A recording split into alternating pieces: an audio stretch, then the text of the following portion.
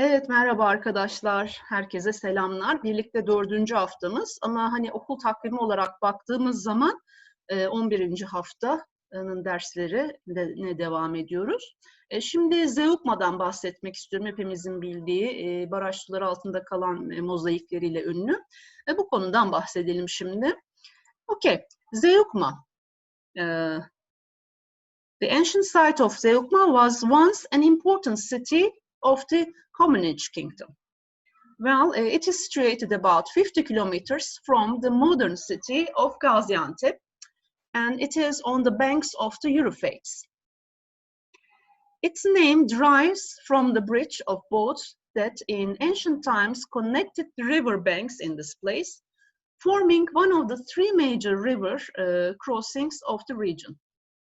The significant part of this archaeological site is now lost under the waters of the Birecik Dam. And its most spectacular artifacts, the extraordinary mosaics, are now displayed in the magnificent Zeugma Mosaic Museum in Gaziantep.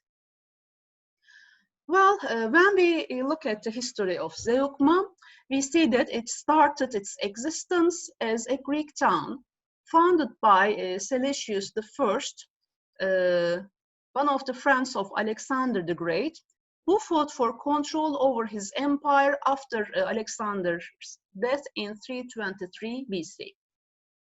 Well, Zeugma was incorporated into the Roman Empire in 64 BC and soon gained importance as a commercial center with its geostrategic location on the Silk Road.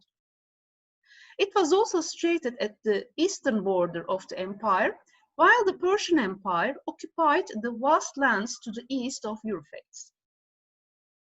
During the first 2 centuries of the first millennium AD, Zeugma was also the military base of Legio IV and soldiers, officers, high-ranking officials of the Roman Empire significantly contributed to the city's development and prosperity. The city was invaded and destroyed by its eastern neighbors in 256 AD when the Sassanid king Shapur I attacked it.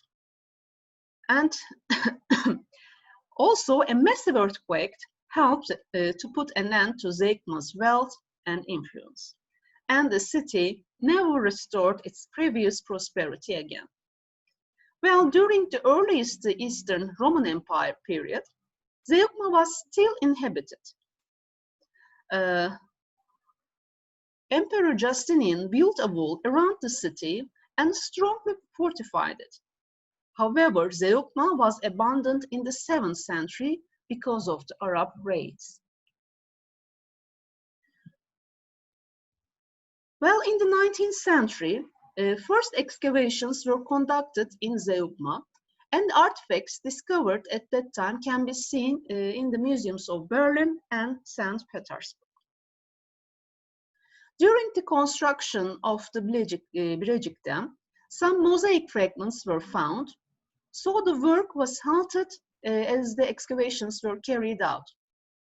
They uncovered a Roman bath, a gymnasium, and 36 mosaic panels.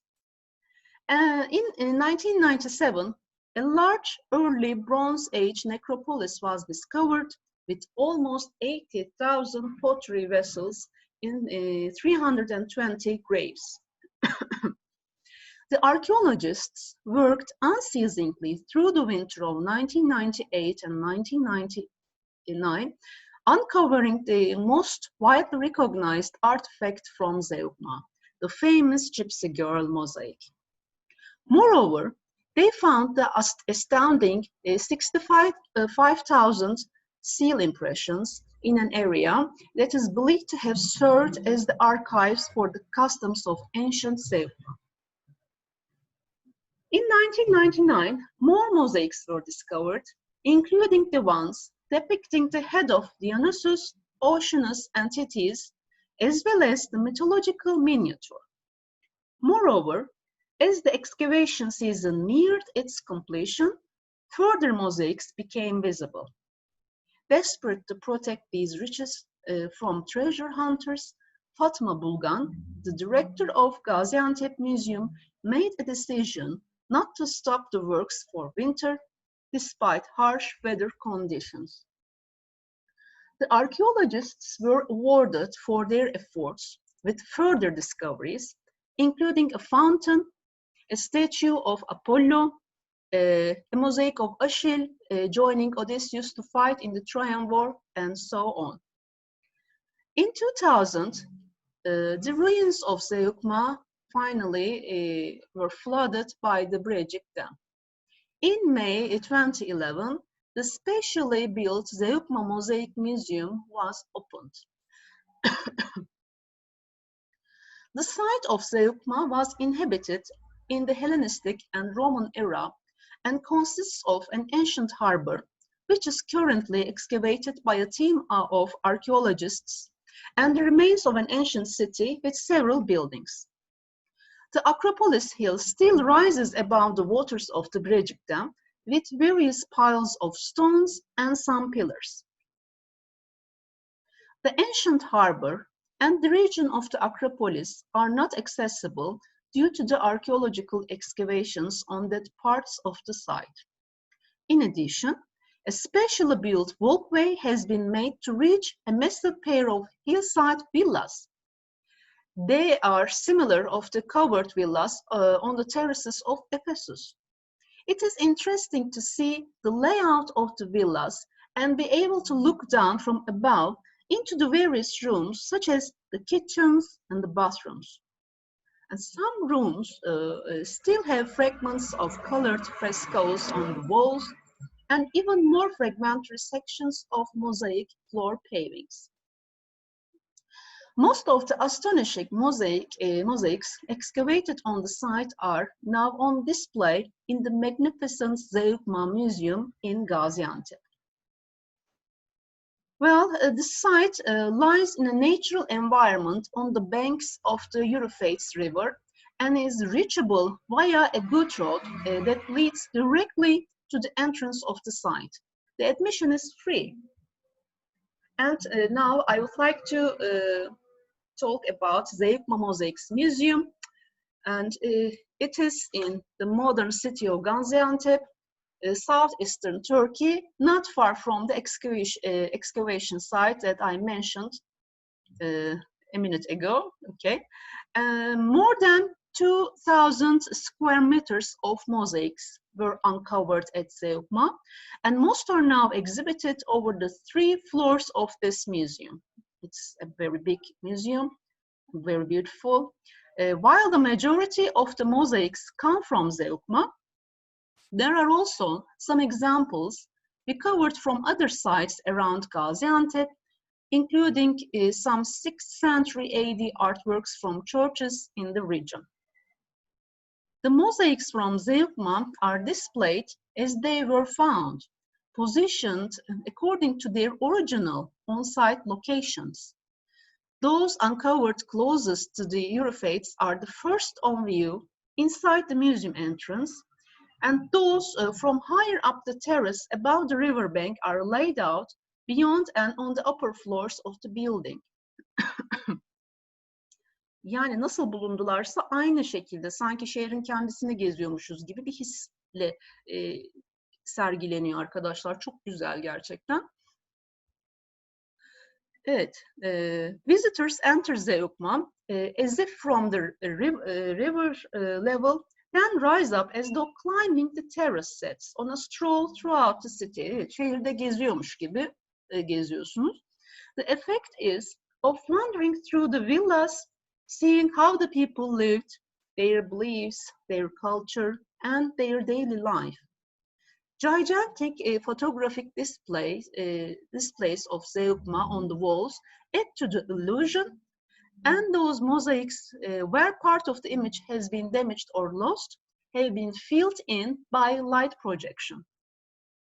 The museum also houses paintings, frescoes, fountains, columns, statues, and other architectural features. Walkways on different levels allow visitors to appreciate the intricately decorated floors from 2 perspectives, one on ground level, as Zeugma's ancient inhabitants would have experienced them, and also the second one is from above. The boathouse is displayed on the lowest level of the museum, along with the magnificent statue of Mars, god of war. On the next level are the houses that once sat along the banks of the Euphrates. One of the most striking mosaics portrays the Titan Oceanus and his wife Thetis. These are mythological primordial sea deities, sea gods, parents of the world's rivers, fountains, and lakes. And these were portrayed with each of their 3,000 daughters, nymphs, which were nymphs called oceanids. But the most famous artwork is the haunting mosaic nicknamed Gypsy Girl that I mentioned earlier, that has become the unofficial symbol of the Zeugma excavations. Restoration and conservation work on the finds continues at the museum in a purpose-built, fully glazed laboratory on the ground floor. Visitors to the museum are able to look down from the upper floors to watch the archaeologists and conservators as they work below. This facility is fast becoming an invaluable center for conservation and preservation work in Turkey. Audiovisual effects, 3D films, and interactive games are used for great effect. For the youngsters, the Children's Art Workshop is a mine of information with interactive displays and videos about Zeugma, its history, and its inhabitants. Okay. Well, this Zeugma Mosaics Museum is also a must-see. It's beautiful. I highly recommend it. Okay. Now I would like to talk about Aphrodisias, the ancient city. It was a small Greek city in the province of Caria. Current ancient city is located nearby the village of Geyre. It takes approximately 2.5 hours drive from Kuşadası to reach Aphrodisias. Unlike Ephesus, Aphrodisias has never been a port city. To begin with, the city was always inland from the coast, and today it's 62 miles inland. Aphrodisias is 2,000 feet above the sea level and located by the 8,000 feet mountain called Babada. And at that time, this mountain was known as Salbakos.